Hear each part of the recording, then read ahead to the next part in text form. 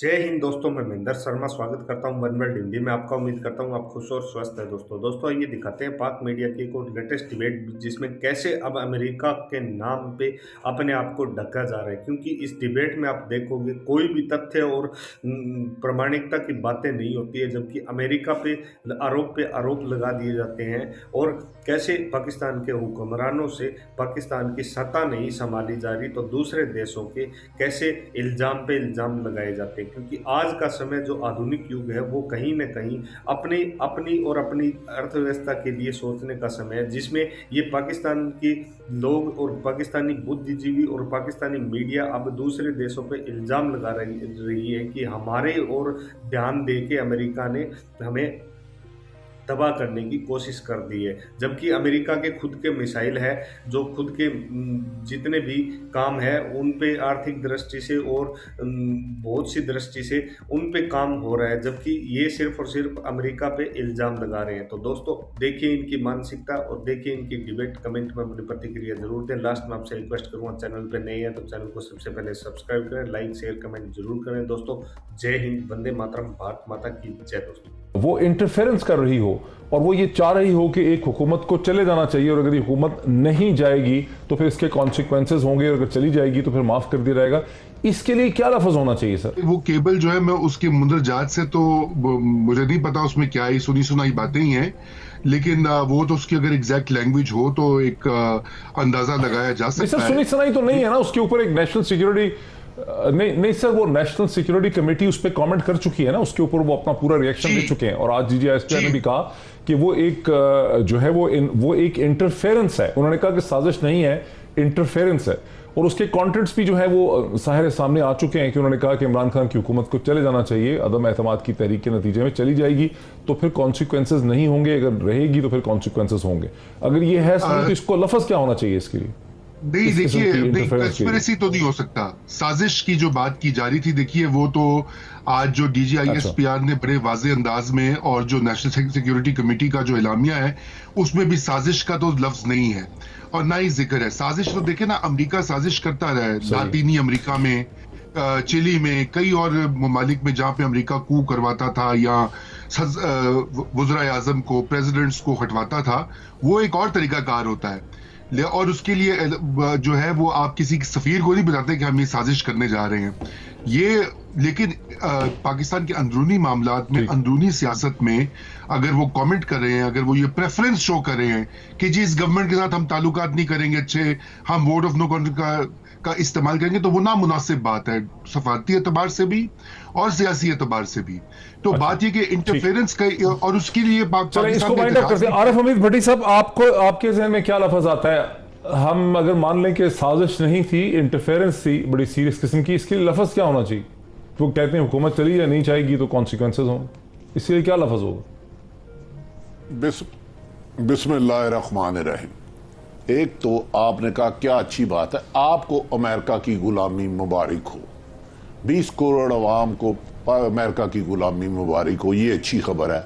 क्योंकि गुलाम ऐसे 1947 में बड़ों ने गलती की, कुर्बानियां दी और 22 करोड़ और गलती की। अब आप बता दे मुझे, मुदाखलत और साजिश में क्या फर्क है? मुदाखलत क्या की? मुदाखलत की जो वजीर आजम, साबिक वजीर आजम इमरान खान के मुताबिक क्या बेवकूफ बना रहे हैं। कहता डाडा मंगे पेड़े देने वाले भी बथेरे, गरीब मंगे आटा देने वाले का भी घाटा। इरशाद भट्टी और साहिब इल्म कह रहे हैं मुदाखलत की है, साजिश नहीं। और ये क्या साजिश होती है कि एक अमेरिका बैठा शख्स कहता है अगर इमरान खान की हुकूमत अदम एतमाद के जरिए चले गई तो मैं आपको माफ कर दूंगा, रही तो ज्यादा मुश्किलात होंगी, आपका जीना दोबर कर दिया जाएगा। मेरे भाई क्या साजिश, और किसको कहते हैं कि इसको तबाह कर दो उस आदमी को? अगर वो मेरी बात नहीं मानेगा तो उसकी जिंदगी अजरन कर दूंगा, उसका जीना मुश्किल कर दूंगा, उससे उसकी आजादी छीन लूंगा।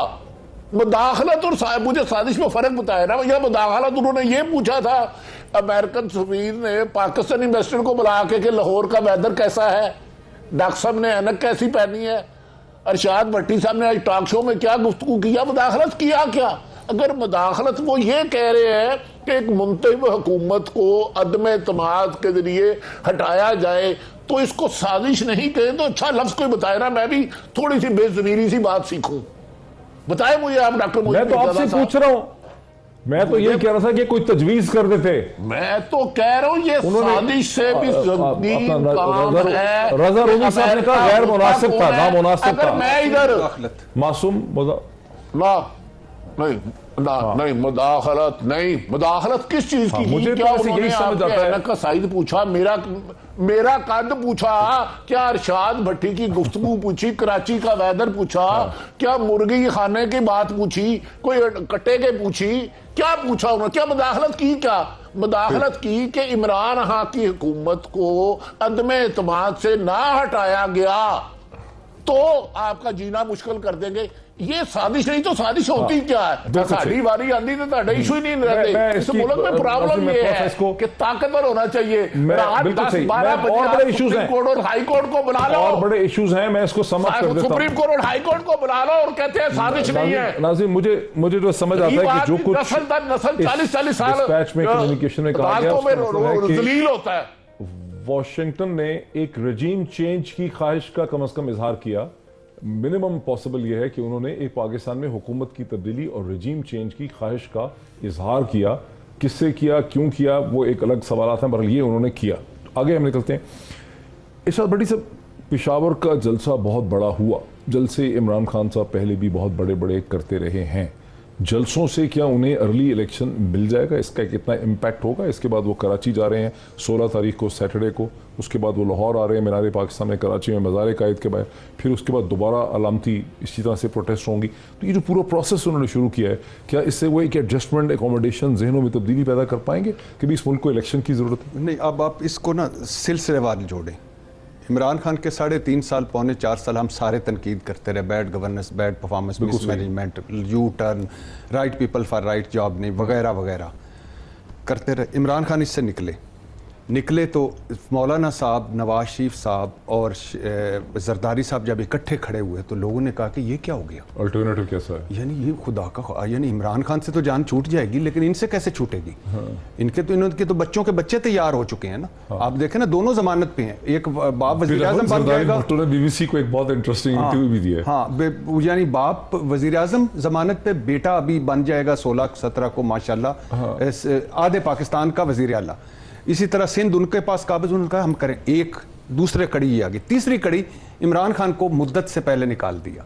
निकाला कैसे? इकट्ठे हुए, एक और ख़त आ गया अदम एतमाद से पहले।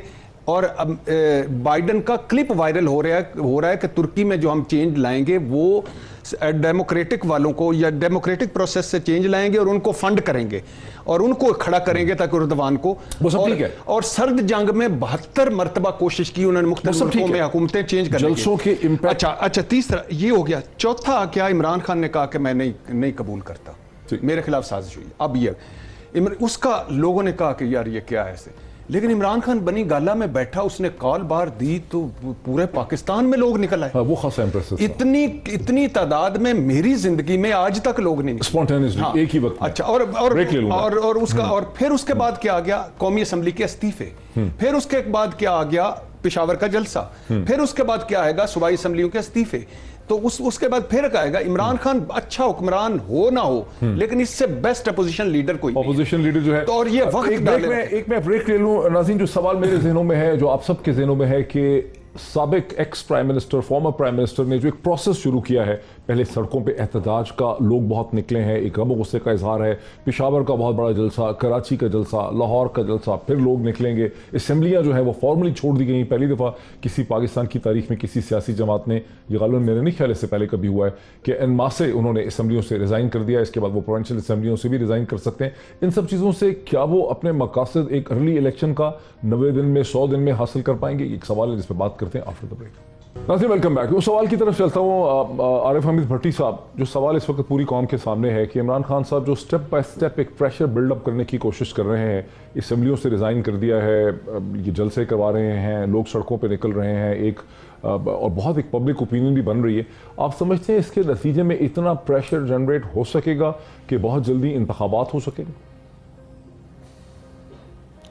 अच्छा डॉक्टर साहब, मैंने कोई 8-10 इलेक्शन एज एक जर्नलिस्ट कवर की है। इमरान खान साहब साबिक वज़ीर आज़म, कल का जलसा तारीख का शायद पेशावर का बहुत बड़े जलसों में से एक बड़ा जलसा हो, आइंदा भी बड़े जलसे करेंगे।